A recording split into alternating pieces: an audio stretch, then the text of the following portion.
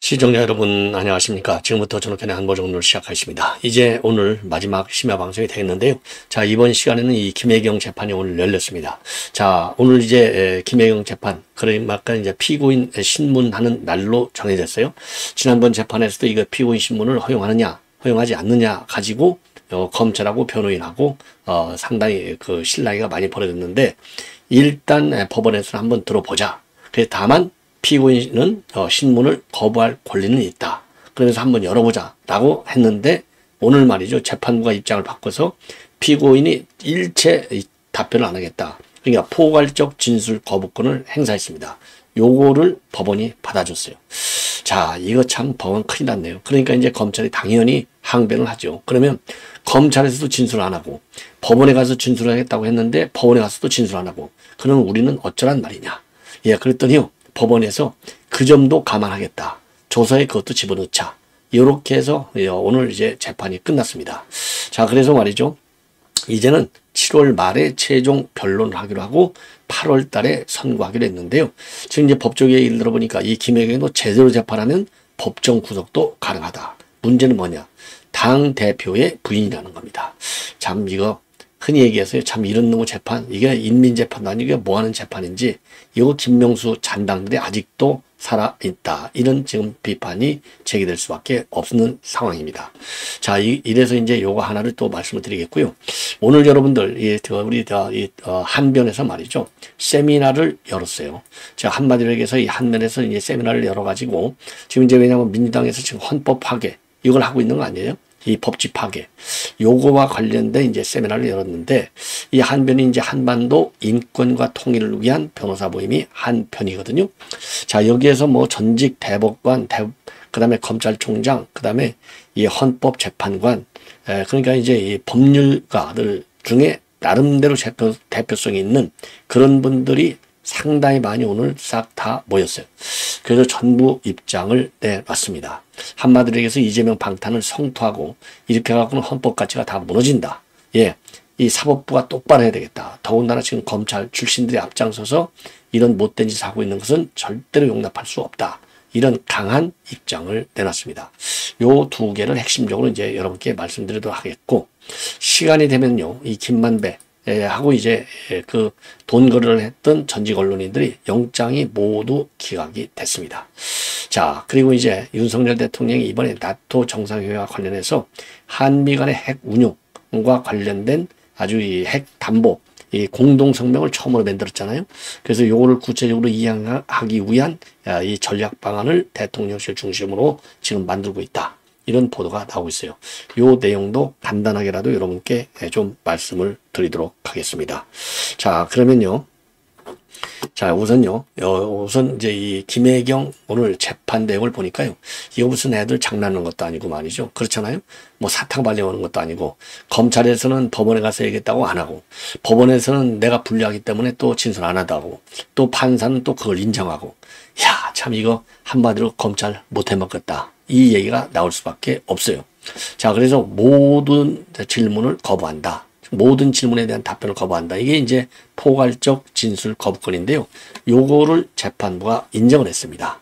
자, 그래서 검찰은요, 진술을 거부하더라도 신문을 하겠다, 이렇게 주장을 했어요. 왜냐하면 지난번에도 우리는 신문한다, 피고인 신문한다, 이렇게 얘기해놨잖아요. 그러니까 왜냐, 자세를 보면 눈동자, 뭐 입모양, 요 그런 게 표정만 보더라도 이 지금 이 김혜경이가 어디를 부인하고 있고 왜 부인하고 있는지 감을 잡을 수 있다는 것이죠.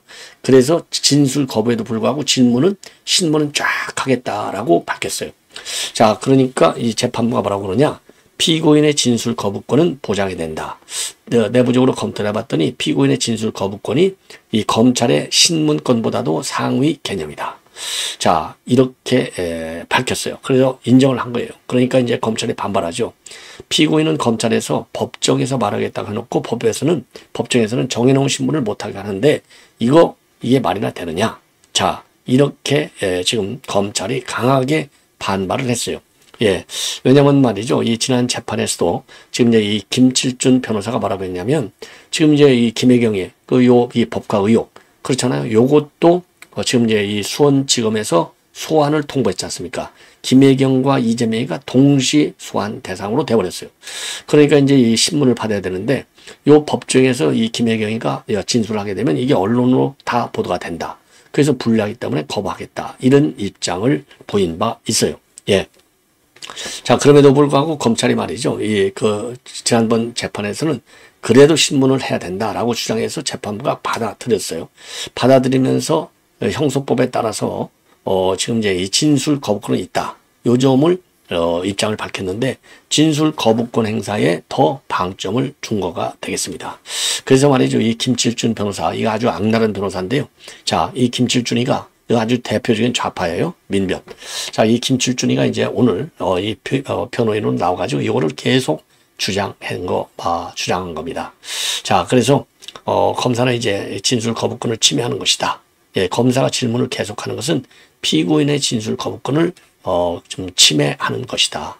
예, 이렇게 입장을 내놓고 정치 상황으로 많은 언론이 주시하고 있고 검사도 이를 활용할 우려가 있다. 그래서 검찰에서 지난 7월 4일 날 출석 요구서를 받았는데 피의 사실을 비춰보더라도 이번 선거법 위반을 포함한 법과 사용 내용이 조사 대상으로 돼 있더라.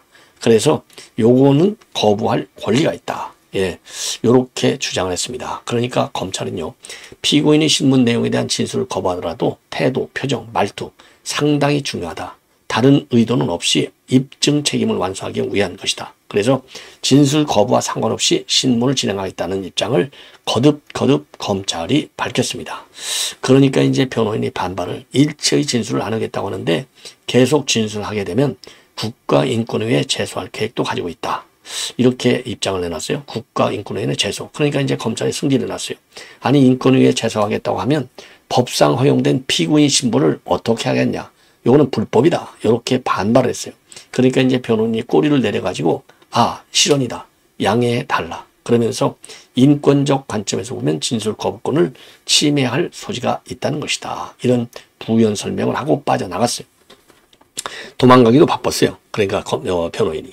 그러니까 이제 뭐 별의별 방법으로다가 이제 피고인 신문권을 갖다가 신문을 응하지 않겠다라고 주장하다가 걸려드는 거죠. 인권위원회까지 제소하겠다고 겁준 거죠.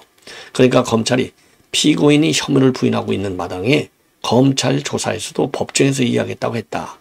법정에서 진술한다고 했으면 거부하든 진술하든 간에 그런 대답을 들어야 한다. 검찰에서 진술도 제대로 안 하고 법정에서도 안 했는데 질문조차 못하게 한다. 이런 불만을 표시했습니다.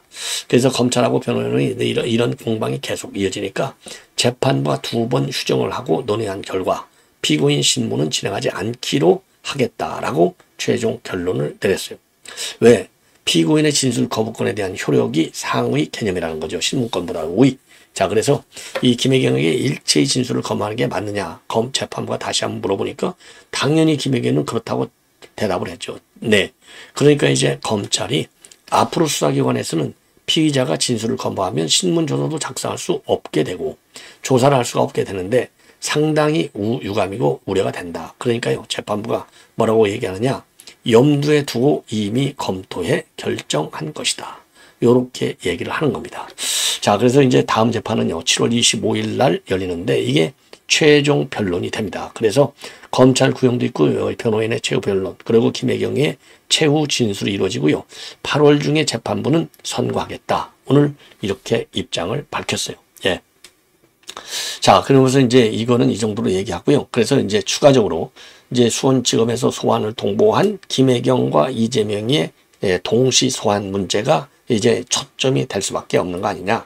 요거를 핑계로 해서 오늘 왜냐하면 앞으로 이제 수원지검에서 불렀기 때문에 나가야 되는데 오늘 재판정에서 이 김혜희가 입장을 밝히면 요게 언론을 다 통해서 나가고 그리고 이제 검찰도 자연스럽게 다 이 법정 진술 내용을 다 파악하고 그러면 우리가 2중 3중으로 불이익을 당한다.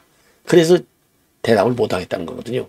자, 그러면 이 사람이 이제 이 김혜경이가 이제 수원지검에 다시 이제 소환 조사를 가면 이 김혜경이가 입을 열겠습니까? 또 안 열죠. 뭐라고 하면서 내가 재판이 진행 중에 있는데 지금 선고를 앞두고 있는데 내가 여기서 검찰에 진술해서 하면 그 진술 내용이 또 전부 다 언론에 보도될 거 아니냐. 그러면 최후 변론밖에 남아있지 않고 그리고서 이제 바로 판결에 들어가는데 그럼 나한테 불리할 수 있다. 그래서 검찰에 또 진술을 안 하겠다는 사전 포석이나 마찬가지예요. 야, 그래서 참 검찰 해먹기 어렵겠다라고 하는 생각이 드네요. 예. 자, 이 정도로 이거는 말씀을 드리고, 마지막으로 이제 하나, 한반도 인권과 통일을 위한 변호사 모임. 한변에서 말이죠. 이제 날짜상으로는 어제가 되겠습니다. 15일 날, 그러니까 이제 이 사법 파괴 대책 및 헌법 수호 세미나를 열었어요. 주제는 뭐냐? 민주당의 이재명 대표 방탄과 법치 파괴입니다.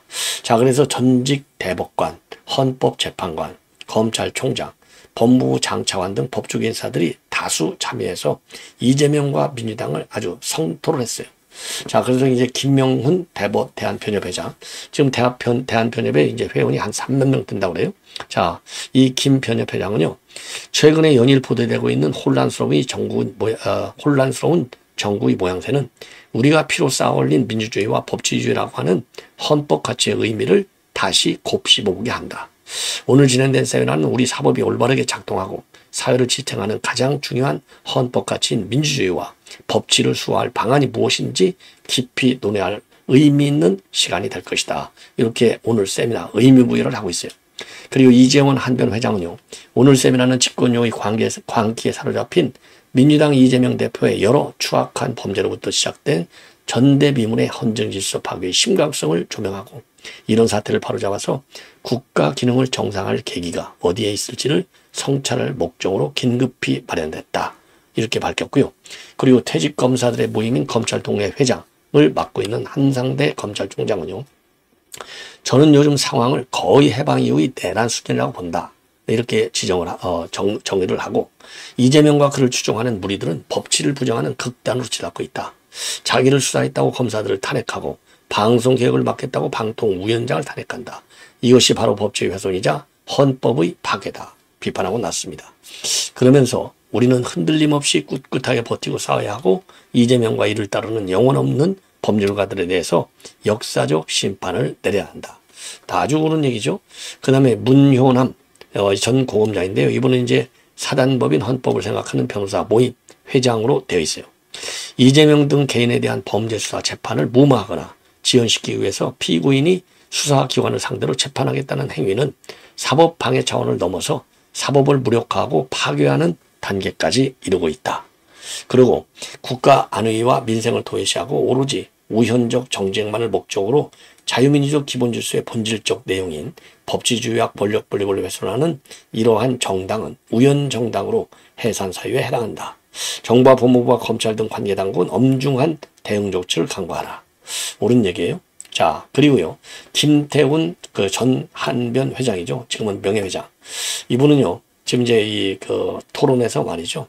누가 이거는 사회를 봤냐면 권성 전 헌법재판관이 사회를 봤어요. 자, 그래서 이제 이 권성 재판관은요, 요즘 지병으로 이제 말을 잘 못하는가 봐요. 그래서 그리고 또 몸도 안 좋고 휠체어를 타고 올라왔는데, 하여튼 이 몸이 기울어질 수 있고 바람이 셀 수 있는데 그 점을 좀 양해해달라. 이렇게 미리 얘기를 하고, 사법 위기를 조성한 책임은 일단은 이를 방치 내지 방관한 일부 사법 담당자들과 그리고 국민에게도 책임이 있다. 그러면서요, 사법 담당자들은 더욱 우직해야 한다. 영리하기를 멈추고 항상 맡은 소임에 우직으로 임해야 한다. 우직한 법관과 검사가 나서야 할 때다. 그러니까 이제 정치 상황 같은 거 고려하지 말고 우직하게 법과 원칙에 의해서 재판하고 수사하라. 이런 얘기를 하는 거나 마찬가지예요. 예.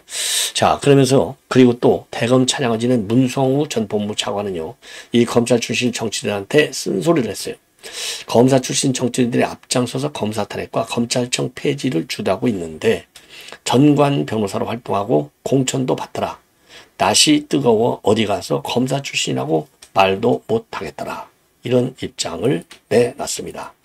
자, 참 이럴 정도가 되죠. 지금 아닌 게 아니라 지금 하는 거 보십시오. 지금 이성윤 하는 꼴 보십시오. 자, 이럴 수밖에 없겠죠. 자, 그러면서 말이죠. 문성호 장관은 개딸들을 지금 비판하고 있어요. 개딸들. 자, 그러면서 이 과거 공산주의나 나치즘이 민주주의를 포병하며 정권을 잡았던 역사적 경험을 잊지 말아라. 이렇게 강조했습니다. 그리고요. 지금 장영수 고대 교수도요. 민주당은 이재명 대표를 수사한 검사 3명, 돈봉투 사건을 수사한 검사 1명, 한꺼번에 4명 검사를 탄핵 소추하겠다고 발의했는데 이재명에 대한 표적 수사라고 맨날 비난하더니 거꾸로 표적 탄핵하는 것은 아니냐는 비난을 받고 있다. 그러면서요.